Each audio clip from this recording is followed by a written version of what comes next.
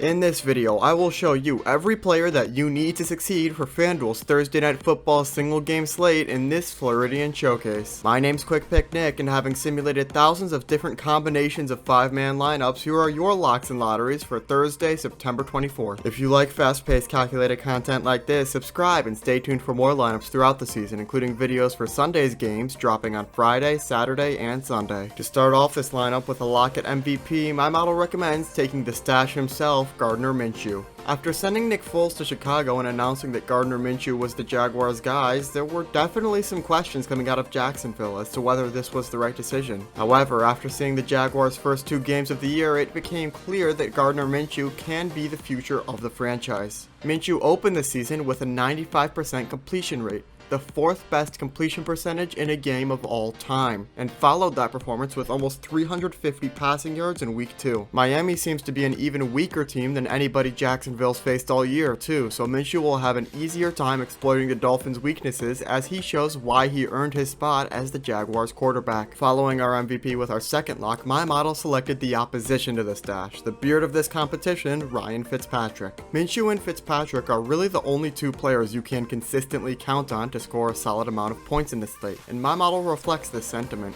Out of the top 10 simulated lineups ranked by projected fantasy points given the prices on FanDuel, all 10 included Minshew and Fitzpatrick in some fashion. A few of the lineups even switched Fitzmagic for MVP, but the majority kept Minshew there, which I agree is the right choice. I also agree that Fitzpatrick needs to be somewhere in your lineup for this game, as although he had a rough start to the season against New England, a team the Dolphins have historically had a hard time against, Fitzpatrick showed up in his game with the Bills, passing for about 325 yards over 47 attempts. I would expect another aerial assault on Jacksonville's weak secondary on Thursday night. The third and final lock for this lineup is Laviska Shenault Jr. Shenault is going to be one of two spots where we save in this lineup, as although he is priced at only $7,500, Shenault is projected to score 10 or more fantasy points on FanDuel. In his first week of the season, Shenault brought in 3 receptions for 37 yards and a touchdown, and in his second, he caught 3 more for 35 yards. Jacksonville has also employed Shenault in the rushing game, as he carried the ball 5 times last contest alone. Shenault seems to be some sort of flex player for the Jaguars, serving as both a rushing and receiving threat, which has proved to score fantasy points during the 2 games so far. For the last 2 players of this lineup and our lotteries, meaning these players have a lower confidence interval compared to the locks and may be subject to change in top lineups due to the ever-present element of luck involved in daily fantasy sports, my model chose James Robinson and Isaiah Ford. After cutting Leonard Fournette out of nowhere before the start of the season, nobody knew who would head the backfield in Jacksonville. It has become clear now, though, that Robinson is the answer to that question for the Jaguars, and he's been doing a good job of filling that running back 1 role as well. Robinson had 16 carries in each of Jacksonville's openers, accumulating over 100 yards and a touchdown in the second match against Tennessee. We will likely see a similar performance against a Dolphins defense who hasn't really had to deal with a tough rush game yet this season,